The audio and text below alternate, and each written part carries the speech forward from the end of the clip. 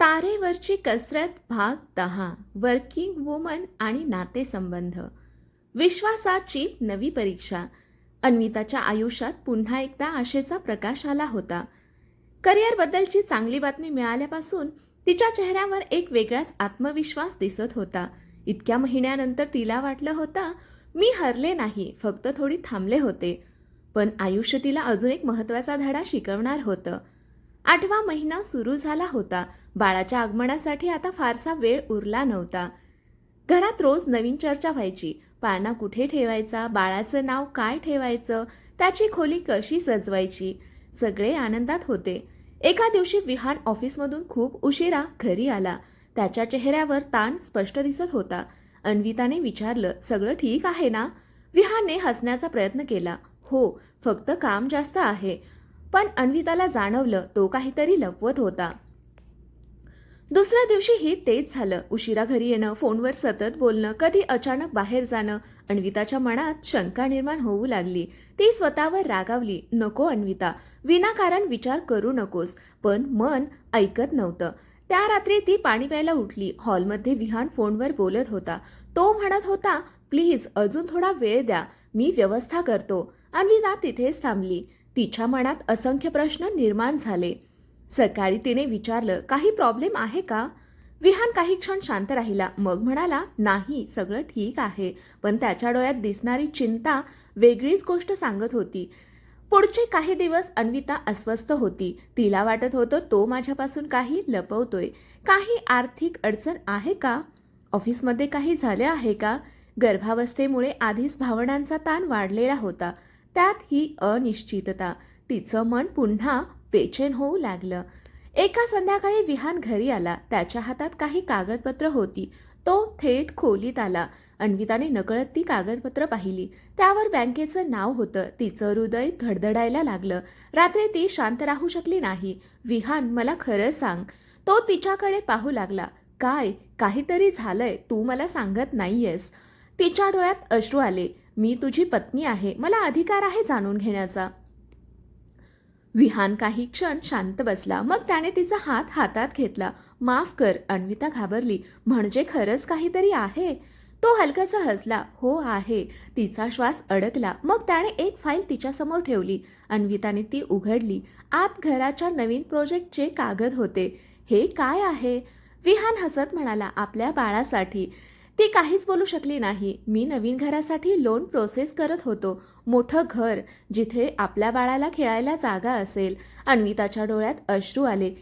इतके दिवस ती ज्या गोष्टीची भीती करत होती, ती प्रत्यक्षात प्रेमाची योजना निघाली होती. मग मला आधी का नाही सांगितलं? ती रडत म्हणाली. विहान हसला. सरप्राईज द्यायचं होतं, पण तू डिटेक्टिव्ह निघालीस. दोघेही हसू लागले. त्या रात्री अन्विताने त्याच्या खांद्यावर डोकं ठेवलं. मी खूप घाबरले होते. विहानने तिच्या कपाळावर हलकंसं चुंबन दिलं. आणि मी खूप नशीबवान आहे, कारण माझी काळजी करणारी व्यक्ती माझ्यासोबत आहे. त्या रात्री डायरीत तिने लिहिलं, प्रिय बाळा, आज मला समजलं, विश्वास म्हणजे प्रत्येक प्रश्नाचं उत्तर मिळणं नाही. विश्वास म्हणजे उत्तर मिळेपर्यंत नात्यावर श्रद्धा ठेवणं. आणि तुझे बाबा ते रोज शब्दांनी नाही तर कृतीतून प्रेम व्यक्त करतात. खिडकीबाहेर चांदणं पसरलं होतं आणि अन्विताच्या मनातही. कारण तिच्या आयुष्यातील सर्वात मोठी ताकद पुन्हा एकदा सिद्ध झाली होती. विश्वास. अचानक सुरू झालेल्या वेदना. 8वा महिना संपत आला होता. घरात नवीन घराच्या चर्चांमुळे उत्साहाचं वातावरण होतं. विहान बाळासाठी खोली कशी सजवायची याचे प्लॅन्स बनवत होता. सुमित्रा आणि माधव नवीन घरासाठी आवश्यक वस्तूंची यादी करत होते. आणि अन्विता, ती अनेक महिन्यांनंतर खऱ्या अर्थाने आनंदी दिसत होती. त्या सकाळी ती खूप उत्साहात होती, कारण आज नवीन घर पाहायला जायचं होतं. विहानने विशेष सुट्टी घेतली होती. चला मिसेस फ्युचर लीडर, तुझं फ्युचर होम बघायला. अन्विता हसली. आधी बाळाचं फ्युचर रूम बघणार. दोघेही हसत घराबाहेर पडले. नवीन घर सुंदर होतं. मोठी खिडकी, हवेशीर खोल्या, लहानसं स्टडी रूम आणि एक सुंदर बाल्कनी. अन्विताच्या डोळ्यात आनंद चमकत होता. ती कल्पना करू लागली, इथे बाळ पहिलं पाऊल टाकेल, इथे त्याचा वाढदिवस साजरा होईल, इथे नवीन आठवणी तयार होतील. पण अचानक तिच्या पोटात तीव्र वेदना झाली. ती एका क्षणासाठी थांबली. विहान तिच्या लगेच जवळ आला.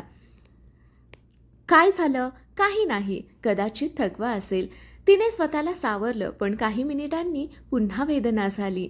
यावेळी थोडी जास्त. विहानच्या चेहऱ्यावर चिंता दिसू लागली. आपण घरी जाऊया? नको, मी ठीक आहे. पण तिच्या आवाजात आत्मविश्वास नव्हता. घरी परतल्यावर वेदना अधूनमधून सुरूच होत्या. सुमित्रांनी लगेच ओळखलं. डॉक्टरांना फोन करा. अन्विता मात्र शांत राहण्याचा प्रयत्न करत होती. काही नाही आई. पण आतून ती घाबरली होती, कारण अजून डिलिव्हरीची वेळ आलेली नव्हती. हॉस्पिटलमध्ये तपासणी सुरू झाली. डॉक्टर गंभीर दिसत होत्या. अन्विताचं हृदय जोरात धडधडत होतं. विहान तिचा हात घट्ट पकडून उभा होता. काही वेळानंतर डॉक्टर बाहेर आल्या. घाबरण्याचं कारण नाही. सगळ्यांनी सुटकेचा श्वास घेतला. पण डॉक्टर पुढे म्हणाल्या, पण आता खूप काळजी घ्यावी लागेल. बॉडी प्रीटर्म कॉन्ट्रॅक्शन्स दाखवत आहे. अन्विता, विहान एकमेकांकडे पाहू लागले. डॉक्टर म्हणाल्या, सध्या बाळ सुरक्षित आहे, पण पुढचे काही आठवडे पूर्ण विश्रांती हवी. स्ट्रेस, ट्रॅव्हलिंग, एक्झर्शन काहीही नाही. अन्विताच्या डोळ्यात पाणी आलं. इतक्या जवळ येऊन पुन्हा एक नवीन भीती समोर उभी राहिली होती. रात्री हॉस्पिटलच्या बेडवरती शांत पडली होती. खिडकीबाहेर अंधार होता. तिचा हात पोटावर होता. बेबी, अजून थोडे दिवस थांब. तिच्या डोळ्यातून अश्रू वाहू लागले. मम्माला अजून तुझ्यासाठी तयारी करायची आहे. विहान तिच्या शेजारी बसला होता. तो शांत दिसत होता, पण त्याच्या डोळ्यातील भीती लपली नव्हती. आपलं बाळ स्ट्रॉंग आहे, तो म्हणाला. आपल्यासारखंच. अन्विता हसली. तेवढ्यात बाळाने हलकी हालचाल केली. दोघांनीही ती जाणवली, आणि त्या छोट्याशा स्पर्शाने त्यांच्या मनात पुन्हा आशा निर्माण झाली. त्या रात्री डायरीत अन्विताने लिहिलं, प्रिय बाळा, आज तू मला पुन्हा घाबरवलंस, पण प्रत्येक भीतीनंतर तू मला धैर्यही देतोस. आता मला कळलं आहे, आई होणं म्हणजे फक्त आनंद नाही. आई होणं म्हणजे प्रत्येक क्षणी काळजी, प्रेम आणि प्रार्थना करणं असतं. डायरी बंद करताना तिच्या चेहऱ्यावर थकवा होता, पण त्याचबरोबर एक दृढ निश्चयही होता. कारण आता ती फक्त स्वतःसाठी नव्हे, तर तिच्या बाळासाठी लढत होती. प्रतीक्षेचे दिवस. हॉस्पिटलमधून घरी आल्यापासून अन्विताचं आयुष्य पुन्हा एकदा बदललं होतं. डॉक्टरांनी पूर्ण विश्रांती सांगितली होती. आता तिचा बहुतेक वेळ बेडवरच जायचा, सकाळपासून संध्याकाळपर्यंत. खिडकीबाहेरचं जग पुढे सरकत होतं, आणि ती मात्र एका जागी थांबली होती. सुरुवातीला तिला खूप अस्वस्थ वाटलं. जिचं आयुष्य सतत धावपळीत गेलं होतं, तिला अचानक थांबणं कठीण जात होतं. फोन बाजूला, लॅपटॉप बंद. ऑफिसच्या मीटिंग्स नाहीत, डेडलाईन्स नाहीत, फक्त शांतता आणि विचार. खूप सारे विचार. त्या दिवशी ती खिडकीतून बाहेर बघत होती. रस्त्यावर लोक कामाला जात होते, काही मुलं शाळेत जात होती. सगळ्यांचं आयुष्य नेहमीप्रमाणे सुरू होतं. तिच्या मनात एक प्रश्न आला, मी इतकी वर्ष नेमकं कशासाठी धावत होते? प्रमोशनसाठी, रिकग्निशनसाठी, की स्वतःची किंमत सिद्ध करण्यासाठी? तेवढ्यात सुमित्रा आत आल्या. त्यांच्या हातात गरम दूध होतं. घे. अन्विता हसली. आई, दिवसातून 5व्यांदा दूध? आणि अजून 5 वेळा देईन. दोघीही हसू लागल्या. सुमित्रा तिच्या शेजारी बसल्या. काही क्षण शांतता होती. मग त्या म्हणाल्या, तुला एक गोष्ट सांगू? विहान लहान होता तेव्हा एकदा खूप आजारी पडला होता. अन्विता त्यांच्याकडे लक्ष देऊन ऐकू लागली. मी 3 रात्री झोपले नव्हते. डॉक्टर, औषधं, प्रार्थना, फक्त त्याचाच विचार. त्यांच्या डोळ्यात जुन्या आठवणी तरळल्या. तेव्हा मला वाटलं होतं मी खूप कमकुवत आहे. पण अन्विताने विचारलं.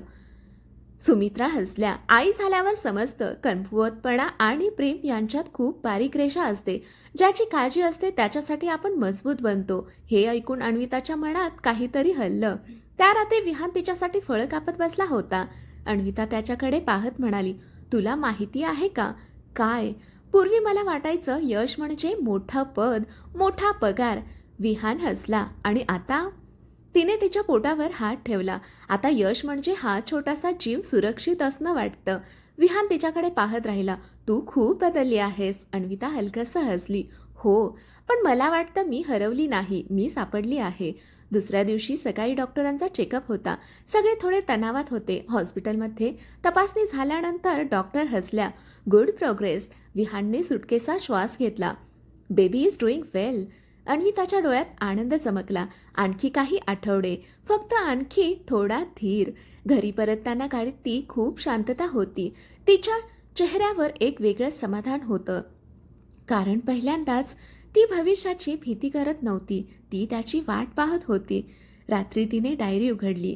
प्रिय बाळा, आज डॉक्टर म्हणाल्या की तू ठीक आहेस. हे ऐकल्यावर माझ्या मनात किती आनंद झाला हे शब्दात सांगता येणार नाही. तू अजून या जगात आला नाहीस, पण तू आधीच मला खूप काही शिकवलं आहेस.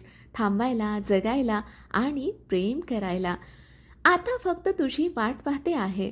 डायरी बंद करताना तिच्या ओठांवर हसू होतं, पण आयुष्यात अजून एक मोठं आश्चर्य तिच्यासाठी जपून ठेवलं होतं, आणि ते आश्चर्य येणाऱ्या काही दिवसात तिचं संपूर्ण जग बदलणार होतं. तो क्षण ज्याने सगळं बदललं. प्रतीक्षेचे दिवस आता संपत आले होते. अन्विताचा 9वा महिना सुरू झाला होता. घरात प्रत्येक जण एका फोनची, एका हाकेची वाट पाहत होता. सुमित्रांनी बाळासाठी छोटासा झोपाळा तयार करून ठेवला होता. माधव रोज देवघरात दिवा लावून प्रार्थना करायचे. रोहनने तर आधी स्वतःला बेस्ट अंकल घोषित केलं होतं, आणि विहान, तो प्रत्येक क्षणी अन्विताच्या आसपास असायचा. जणू तिचा हात सोडला तर काहीतरी चुकून जाईल अशी त्याला भीती वाटत होती. त्या रात्री अचानक अन्विताची झोप उघडली. घड्याळात पहाटेचे 3:30 वाजले होते. तिला पोटात तीव्र वेदना जाणवली. सुरुवातीला तिने दुर्लक्ष केलं, कदाचित नेहमीसारखं असेल. पण काही मिनिटांनी पुन्हा वेदना झाली, यावेळी अधिक तीव्र, अधिक खोल. ती घाबरली. विहान, तिचा आवाज थरथरत होता. विहान लगेच जागा झाला. काय झालं? मला खूप वेदना होतात आहेत. क्षणभर त्याच्या चेहऱ्याचा रंग उडाला. काही मिनिटात सगळं घर जागं झालं. सुमित्रा घाईघाईने बॅग तपासत होत्या. माधव गाडी काढत होते. रोहन घाबरून इकडे तिकडे फिरत होता. घरात गोंधळ होता, पण त्या गोंधळात एक आनंदही दडला होता, कारण तो क्षण अखेर आला होता. हॉस्पिटलमध्ये पोहोचल्यावर डॉक्टरांनी तपासणी केली. त्यांनी हसून सांगितलं, कॉंग्रॅच्युलेशन्स, टाइम हॅज कम. अन्विताचं हृदय जोरात धडधडायला लागलं. इतके महिने ज्या क्षणाची वाट पाहत होती, तो आता समोर उभा होता. तिला लेबर रूममध्ये नेण्यात आलं. विहान बाहेर उभा होता. पहिल्यांदाच त्याला स्वतःला इतकं असहाय्य वाटत होतं. तो काहीच करू शकत नव्हता, फक्त वाट पाहू शकत होता. आत अन्विता वेदनांशी झुंज देत होती. प्रत्येक वेदनेसोबत तिच्या डोळ्यांसमोर आयुष्याचे अनेक प्रसंग येत होते. पहिला ऑफिसचा दिवस, प्रमोशनसाठी केलेली मेहनत, सासूसोबतचे वाद, माहेरची ओढ, तिचे अश्रू, तिची स्वप्न, तिची भीती आणि विहानची साथ. सगळं एका चित्रपटासारखं डोळ्यासमोरून जात होतं. तिच्या मनात एकच विचार होता, माझं बाळ सुरक्षित असावं. बाहेर सुमित्रा देवाचं नाव घेत बसल्या होत्या. त्यांच्या डोळ्यात अश्रू होते. माधव शांत होते, पण त्यांच्या हातातील जपमाळ सतत फिरत होती. विहान कॉरिडॉरमध्ये एरझाऱ्या घालत होता. प्रत्येक मिनिट त्याला तासासारखा वाटत होता. आणि मग अचानक लेबर रूममधून एका नवजात बाळाच्या रडण्याचा आवाज आला. क्षणभर सगळं थांबल्यासारखं झालं. सगळ्यांनी एकमेकांकडे पाहिलं. विहानच्या डोळ्यात अश्रू आले. सुमित्रांनी हात जोडले. माधवच्या चेहऱ्यावर समाधान उमटलं. काही वेळाने डॉक्टर बाहेर आल्या. त्यांच्या चेहऱ्यावर हसू होतं. कॉंग्रॅच्युलेशन्स, आई आणि बाळ दोघंही सुरक्षित आहेत. विहानच्या डोळ्यातून अश्रू वाहू लागले. त्याने डोळे मिटले, कारण त्या क्षणी त्याच्या आयुष्यातील सर्वात मोठं स्वप्न पूर्ण झालं होतं. थोड्या वेळाने त्याला बाळाला पाहायला मिळालं. त्या छोट्याशा चेहऱ्याकडे पाहताना त्याचे हात थरथरत होते. इतकंसं नाक, छोटे हात आणि निरागस चेहरा. त्याच्या डोळ्यात पुन्हा अश्रू आले. अन्विता थकलेली होती, पण तिच्या चेहऱ्यावर एक दिव्य शांतता होती. तिने बाळाला पहिल्यांदा मिठीत घेतलं, आणि त्या क्षणी तिचे सगळे संघर्ष, सगळे अश्रू, सगळ्या वेदना जणू अर्थपूर्ण झाल्या. तिने हळूच बाळाच्या कपाळावर चुंबन घेतलं आणि डोळे मिटले, कारण आज तिचा पुनर्जन्म झाला होता. वर्किंग वुमन, पत्नी, सून, मुलगी, या सगळ्यांच्या ओळखी पलीकडे आज ती एक आई झाली होती. पुढील भागात बाळाच्या आगमनानंतर अन्विताच्या आयुष्यात येणारे नवे बदल, जबाबदाऱ्या आणि आईपणाचा खरा प्रवास. कथा इथपर्यंत आवडली असेल तर कथेला लाईक करा, शेअर करा, कमेंट करा, आपल्या चॅनलला सबस्क्राईब करा. कथा वाचल्याबद्दल, ऐकल्याबद्दल धन्यवाद.